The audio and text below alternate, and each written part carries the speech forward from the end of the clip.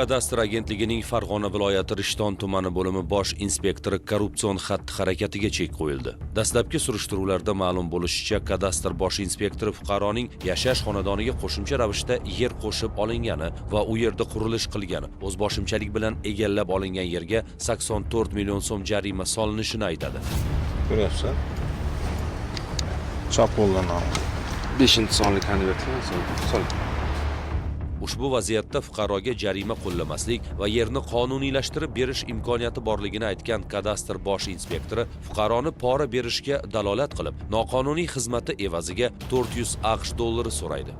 Davlat xavfsizlik xizmatining Farg'ona viloyati bo'yicha boshqarmasi hamda boshqa huquq-tartibot idoralari hamkorligida fuqaro arizasi asosida o'tkazilgan tezkor tadbirda bosh inspektor talab qilingan mablag'ni kadastr agentligining Farg'ona viloyati Rishton tumani bo'limi binosi oldida olgan vaqtida ashyoviy dalillar bilan ushlandi.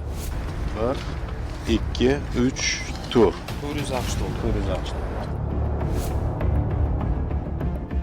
Ko'ryapsiz mana? Yozib. 2025 yozib.